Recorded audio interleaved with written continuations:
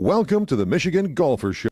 Join us each week as we explore the people, the places, and the events that shape our great game. Hi, I'm Jack Berry, and we're here at Detroit Golf Club with Stacy Slobodnik-Stoll, who is the coach of the women's team at Michigan State University, my alma mater, and alma mater of three of my kids and and a whole family. And Stacy, you've got a bunch. Yeah, well, I mean, I don't get any more Spartan than anyone I know, and I'm certainly hoping that my daughter is going to be an alumni someday, too.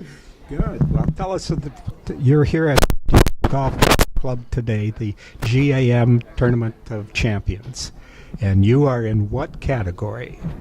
Just the women's division. No, you don't have the mid-am or the... Oh, I won the mid-am to get here. Oh, okay. Yeah, so I won the GAM mid-am this summer to earn my spot in this championship, and that's why I'm here. And then today? Today, I shot 70. I tied with Julie Massa, and then we had a playoff, and I was fortunate enough to win the first playoff hole. Well, how about some of the others? We noticed that Stacy Slobodnik-Stoll was here, and she's been a champion about everything. Yeah, she's won. Well, she's going to win the women's division today, so this will be her 17th GAM trophy. So she's won 17 GAM championships, and that's more than anybody. That's more than Pete Green, Glenn Johnson. You line them up, and it's a lot. Now, a lot of those she was in fields where there was no one her equal, and but that's not her fault. She's kept her game. She's 47 years old. She's in like 3 Hall of Fames, and she's an amazing player and, probably the best woman player in Michigan history, really. And then she's, a wonderful coach. She's made She's made a Big Ten team into a national power, a top 20 team for years. So you're talking a really talented person, and it's never a surprise when she's the winner. Well, it's nice to see that Michigan State has a champion in one of the sports now. Well, they've done pretty well in golf. So they don't like to play that one on the Big Ten Network a whole lot, but she's pretty good. Okay. Well, then you're finished for the summer. That's it. No more golf. Well, I'm hopefully going to play some more golf, but no more tournaments, unfortunately. I have to wait till next year. What about, are you recruiting now? Are you going around and looking at kids around the country? Well, we're right in the middle of our season. So recruiting is every day. And actually, so we recruit whether it's via email, text message, WhatsApp, Instagram, Twitter. We're doing all different types of things on a daily basis to recruit. And like I said, we're in the middle of our season, so we're very busy with our team preparing them for our next tournament that we leave on Wednesday for University of North Carolina. So we've got 2 more tournaments this fall. We're ranked in the top 20 right now. Got 5 great players that are playing for us, so it should be another exciting year.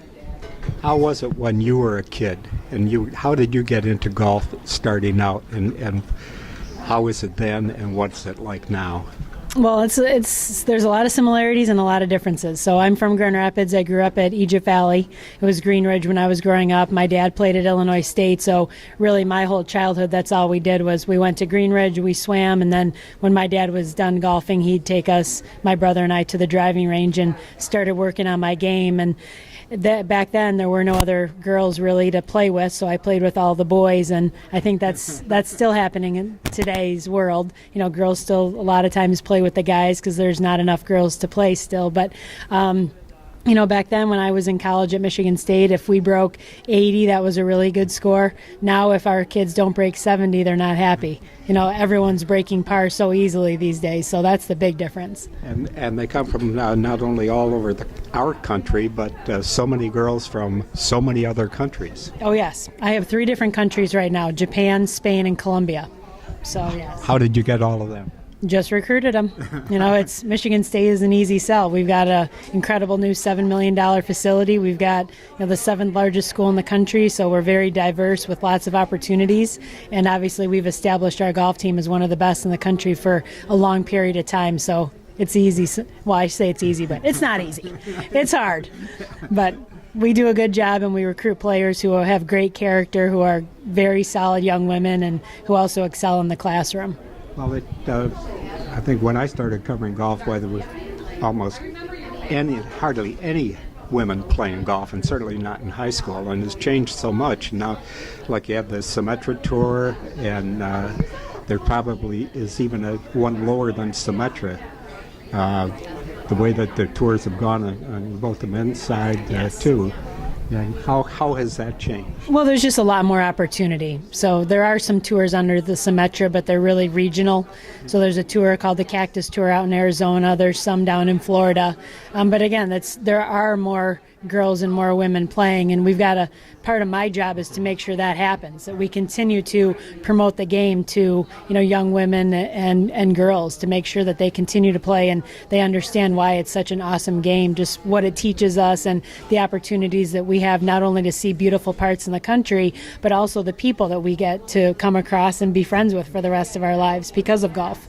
Well, I was in Hawaii a few years ago, and I said, gee, they got this college tournament out there from like Wake Forest and all over the United States to get to a tournament out in Hawaii. So it sounds like oh yeah, we play all over, and we really are capable of taking the team wherever we want to. So it's for us, we just go where the competition is. I want my players playing against the top 25 teams in the country week in and week out. So that's how we do our schedule. How have they gotten so much better in the game? Well, for the international kids, it has a lot to do with national teams. So almost every country has a national team. And I think it's something that we're really missing in the United States right now that is being talked about quite a bit in golf circles. But I think they're just starting at a younger age. There's more teaching pros. There's more access to teaching pros. Look at what our own Golf Association of Michigan has done for juniors with their $5, right, the ability, the access to courses around our state.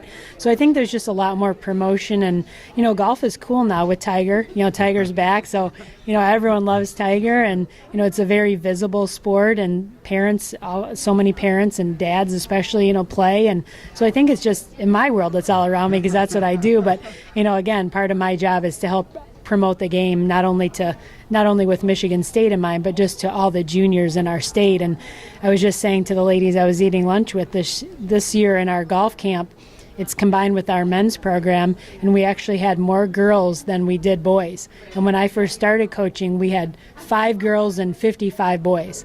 And this year we had like 38 and 26 girls versus boys. So that to me shows something, that we're making progress. Fantastic. Yes. Well, congratulations to Stacy. She's had a wonderful career so far, and she's still real young and going strong. Yeah, right. Thanks, Jack.